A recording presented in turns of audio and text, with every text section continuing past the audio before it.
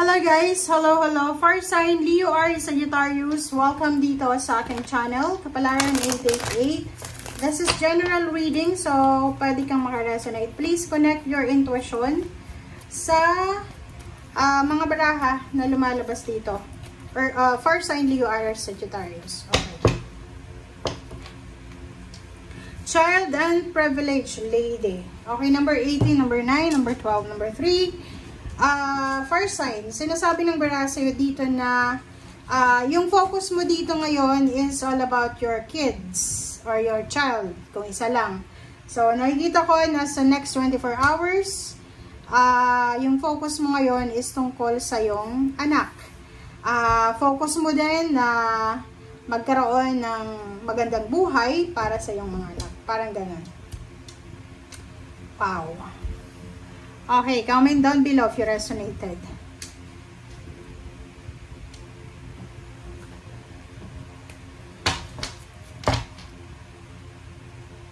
Parang nakikita ko sa'yo dito na pwedeng parent ka. Ito yung anak mo. Pangarap niya na maging mayaman. Or pangarap mo na ibigay yung karangyaan sa yung anak. So, the other way around. Kung medyo bata pa yung anak mo.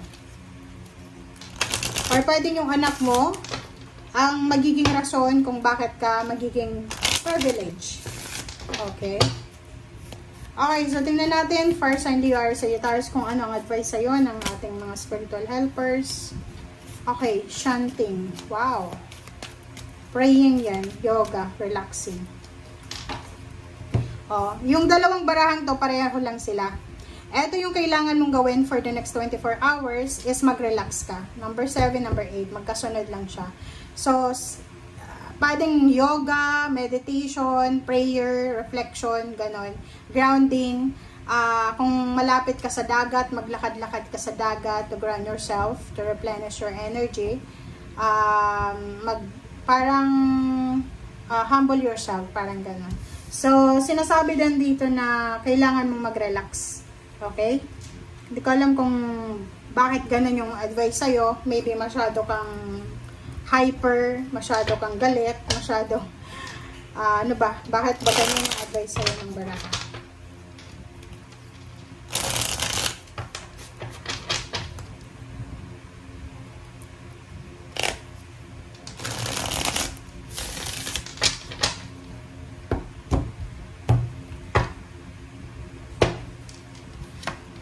Okay. 5 of Torches. Nako. Kaya pala yung advice sa'yo ng baraha is you need to ground yourself, calm yourself. Kasi ang ingay ng kapaligiran mo, 5 of Torches, parang may nag-aaway. Like for example, nag-aaway yung mga kapamilya mo, nag-aaway yung mga kaibigan mo, kapitbahay. Nag-aaway yung boss mo, yung employer mo, yung mga katrabaho, yung parang ang gulo, sobrang gulo. So, yung 5 of Torches na to, it's either, pwedeng ang rason kung bakit ka medyo hyper, medyo, galit ka ba? Kasi, maybe, pwedeng yung anak mo, pwedeng siya ay may kakompetisyon na isang mayaman na babae. Or pwedeng yung anak mo ay mayroong kaaway or kadiskusyon na may impluwensyang tao. Parang ganon. Okay, next card natin is Princess of Torches. Sinasabi ng baraha sa'yo dito na isang babae na fire sign Leo, Aries, Sagittarius, ang posibleng maybe you experience backstabbing, diba? Criticism, or personality, Kasi parang dumaan ka sa mga pagsubok na sinubok talaga yung emosyon mo. And siguro before, masyadong mainit ka. Yung parang mabilis kang matrigger. Lalo na pagdating sa anak mo. And now, sinasabi ng baraha na if ever lang, within the next 24 hours, if ever lang ma-experience mo ulit yan, kasi bilang magulang, hindi mo gugustuhin na yung anak mo ay nilalapastangan ng ibang tao. 'Di ba? So, okay lang kung ikaw yung sirain, pero yung hindi yung anak. So, nakikita ko sir dito na you need to be patient. Okay? You need to be patient.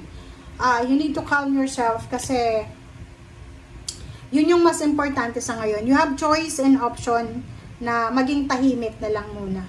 Okay? So, nakikita ko dito maybe you're crying or maybe yung anak mo or kung sino man siya na umiiyak na pwedeng yung rason, yun yung rason kung bakit ka gusto mong sugurin. Parang ganyan, nagagalit ka siguro. Okay, 5 of torches, 5 of wands. Okay, next card natin is 10 of torches, 5 of pentacles. Nako, nakakaloka to. Fire sign, Leo, Aries, Sagittarius, mag-comment ka nga sa comment section. Nakikita ko sa'yo dito na maybe you're suffering physical pain. Like, meron ka sigurong nararamdaman na physical pain. Marami kang obligation, duties and responsibilities. Like, for example, sa company na pinagtatrabahuan mo, parang lahat na lang ata ng katrabaho mo, inaasa na sa'yo lahat ng obligasyon.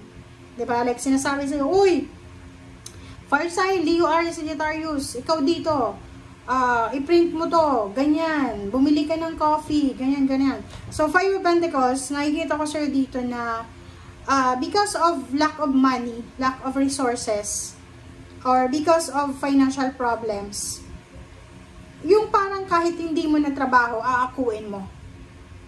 Ganun eh, di ba? So, lahat tayo naka-experience ng ganun eh. Lahat nakaranas tayo ng ganun, lalo na kung nangangailangan ka talaga ng trabaho, na lahat gagawin mo. Diba? Kahit yung pagtatapon ng basura, which is hindi mo naman trabaho, itatapon mo yung basura eh. Kasi kailangan mo yung trabaho, lalo na yung boss mo, yung nag-uutos sa'yo.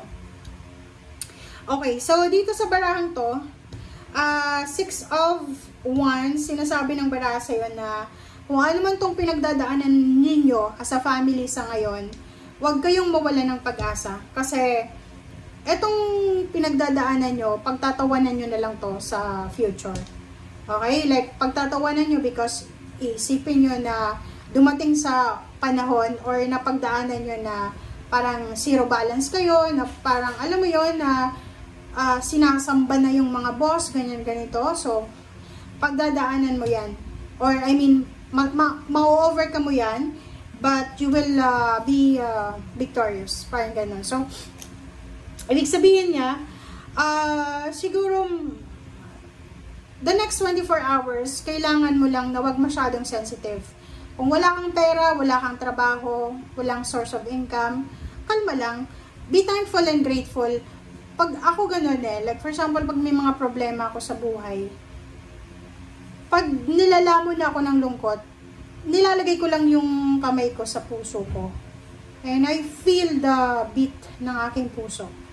So, doon, I realized na, wow, I'm so blessed. I'm so lucky. Kasi yung puso ko, nagbibit pa rin siya. Buhay pa rin ako. So, yun. Parang, biglang nagbabago yung kapaligiran ko pag ganun. So, yun yung gawin mo. Be thankful and grateful kasi buhay ka. Okay? Thank you guys. Bye!